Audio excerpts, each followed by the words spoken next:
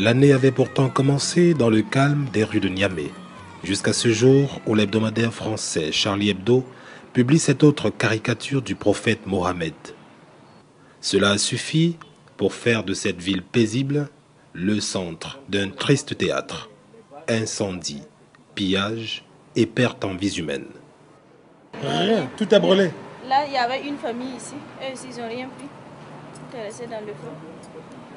Vous savez, il y a eu beaucoup de mouvements dans la zone d'Agadez, surtout dans la commune d'Agadez. Il y a eu les Moudjaou qui ont explosé dans la compagnie militaire ici à Agadez. Il y a eu tout récemment la marche anti-Charlie qui a causé des petits problèmes jusqu'à pousser même les gens à faire des casses, à faire des petits casses ou bien à essayer de créer des petits conflits entre les chrétiens et les musulmans. Une situation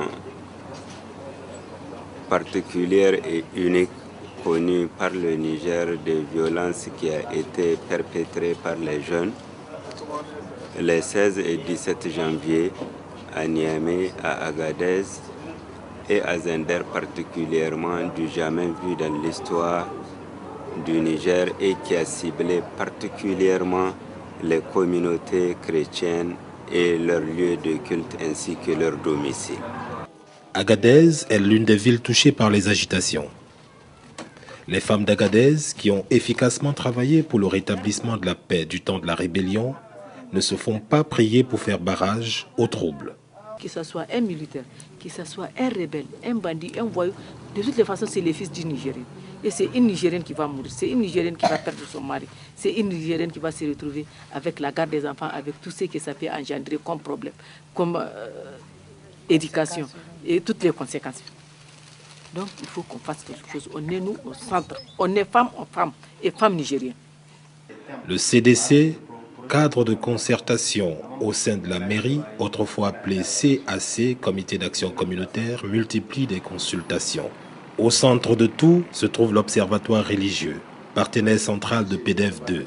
Et pour cause, cette organisation de la société civile composée de musulmans et de chrétiens est un vrai instrument de médiation. La population écoute mieux les religieux. Donc pour aider les autorités à gérer certains problèmes sociaux, on s'implique et quelquefois nous prenons carrément le problème en charge pour pouvoir les gérer. Formés par PDF2 dans la gestion et même dans la prévention des conflits, plusieurs organisations de la société civile se trouvaient face à une situation catastrophe. En plus des émeutes, elles font désormais face à l'explosion d'un conflit religieux extrêmement violent. Dès que nous avons constaté qu'ailleurs, les gens ont commencé à appeler à la marche, à appeler au soulèvement, l'Observatoire religieux a tenu une réunion. Une réunion pour voir avec donc, tous les prêcheurs et les imams quel comportement adopter par rapport à ça. Pour que nous puissions avoir un même niveau d'information et de concertation entre musulmans et chrétiens. Et que s'il y a peut-être des difficultés qu'eux ils peuvent partager avec nous, ou bien que nous pouvons partager avec eux, qu'on puisse les faire. C'est ça l'objet de nos réunions chaque fois. Nous avons fait une déclaration pour vraiment fustiger ce comportement.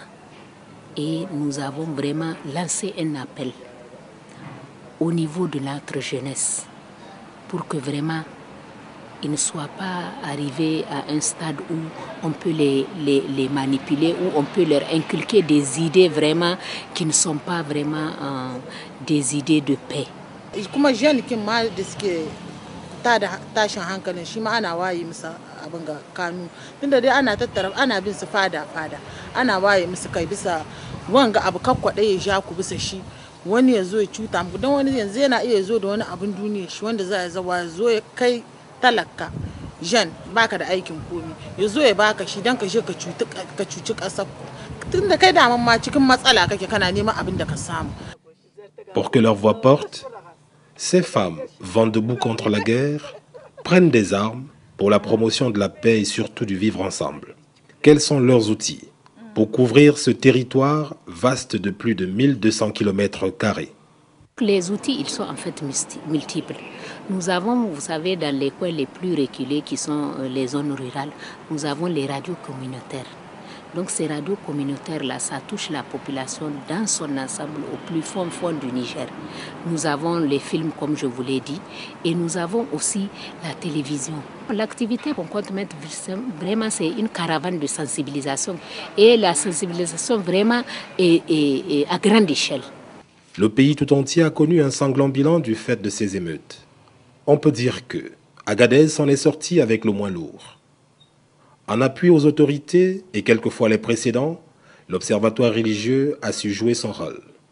L'identification de cette structure ne s'est pas faite au hasard, parce que c'est l'une des rares structures au Niger qui est composée de musulmans et de chrétiens et qui arrive effectivement à endiguer toute difficulté qui arrive à submerger.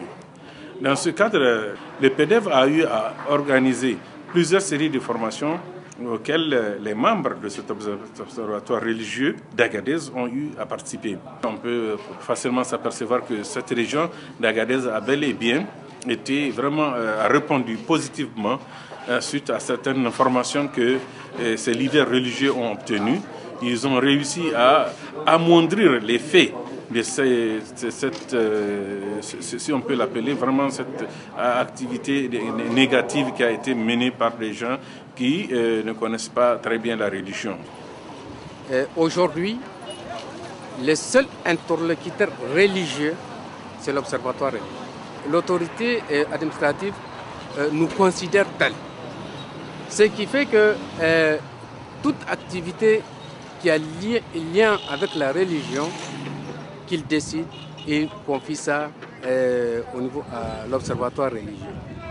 On l'a vu, les jeunes ont cassé, les jeunes ont brûlé, mais finalement, quand on s'est retrouvé avec eux pour leur dire donc, voilà, ce que vous avez fait c'est condamnable, ils ont dit que ça, ce qui est fait, mais nous regrettons. Alors, si jamais donc ils commencent à comprendre que ce qu'ils ont fait c'était une erreur, alors nous disons plus jamais ça. Cependant, l'inoccupation des jeunes, la délinquance et l'illettrisme de bon nombre d'entre eux exposent ceux-ci à bien des risques. D'où le cri incessant de l'association des femmes contre la guerre. On a dit ça au gouvernement, on a dit ça aux partenaires. À chaque occasion, on dit, il y a des jeunes qui sont là. Les MNJ, ils ont déposé les armes. Ils sont revenus. Des gens qui savent manipuler des armes, s'il vous plaît, qui ont des enfants. Ils sont là assis, sans aucun travail, sans sous. Aujourd'hui, ils passent cette nuit. Demain, le troisième jour, là, ils auront d'autres idées. C'est pourquoi on a dit, il ne faut pas leur donner le temps. Il faut les occuper.